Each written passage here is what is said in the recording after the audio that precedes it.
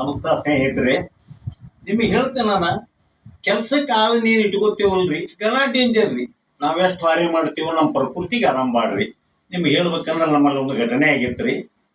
ನಮ್ಮ ಪಿಂಟೆ ಅಂತಿದ್ರಿ, ಅವ್ನು ಏನು ಹೇಳ್ತಿದ್ರಿ, ಏನಂತ ಹೇಳ್ತಿದ್ರಿ, ಯವ್ವ ಯಾರ ಮುಂದಂತ ಹೇಳಿ ನಾನು ಏನಂತ ಹೇಳಿ ಹೆಂಗಂತ ಹೇಳಿ ಯವ್ವ ಅಂತ ಹೇಳ್ತಾ ಹಾಡ್ಯಾಡ್ಕೊಂಡು ಅಳ್ತಿದ್ರಿ. ಜನ ಎಲ್ಲ ಅಳುದು ಕೇಳಿದವ್ರ ಅಂದ್ರೆ ಏನು ಮಾಡಿದ್ರು, ಯಾಕೆ ತಂಗಿ ಏನಾಗೈತಿ, ಇಲ್ಲ ಯವ್ವ ಕೆಲಸದಾಗ ಹೋಗ್ಬೇಕು ಓಡೋದ್ಲು, ಕೆಲಸದಾಗ ಕೂಡೋದು, ಅದಕ್ಕೆ ಯಾಕೆ ಕಳ್ತಿ ಬಿಡ ಯವ್ವ, ಓಡಿ ಹೋದ್ರೆ ಮತ್ತೊಂದು ಅಳಂತಂದ್ರ ಆತ ಯಾಕೆ ಕಳ್ತಿ ಅಂತ ಕೇಳಿದ್ರು. ಏನಾದ್ರು ತುಳುಗ್ ಮಾಡ್ಕೊಂಡು ಹೋಗ್ಯಾಳ, ಇಲ್ರಿ ಯವ್ವ ಏನು ಓದಿಲ್ಲ. ಮತ್ತೇನಾದ್ರು ಬೆಳ್ಳಿ ಸೀಮೆ ಓದಿಲ್ರಿ ಯವ್ವ ಓದಿಲ್ಲ.